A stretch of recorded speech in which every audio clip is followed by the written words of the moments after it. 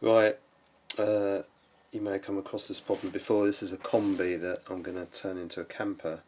And these are the old seat brackets. There's 1, 2, 3, 4, 5, 6, 7, 8 of them in total. To get these bolts out, you've got to jack your van up, drop your fuel tank on one side, that is, and take them out. That's the proper way. As usual, I'm doing it probably the most stupid way on the planet. I'm grinding them out. I could put the camera down and show you what I'm doing. First thing I've done is I've got this great big bloody thing. Give that a right whack. Try and open up these to make a bit of space.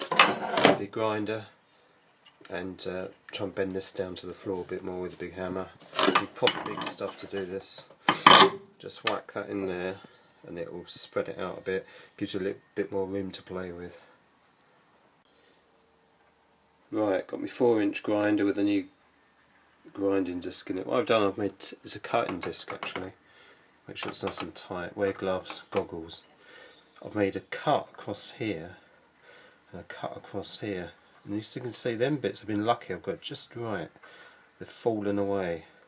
Now I'm going to put a couple crosses across here.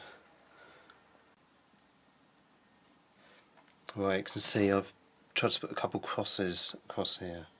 I've got most of it off. What I'm going to do now is get the big chisel in there, big hammer, and whack this from both sides.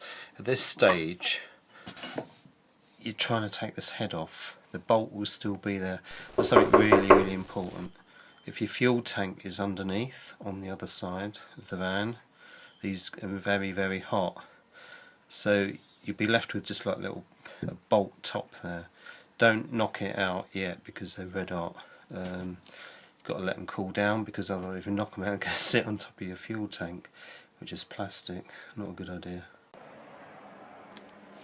Right, don't know if you can see this clearly. There's an outline of the bolt itself. Largely everything's ground off. I managed to knock the little bits of the head off with that big chisel. Excuse me, I've got a bit of man-bola at the minute, so coughing and spluttering.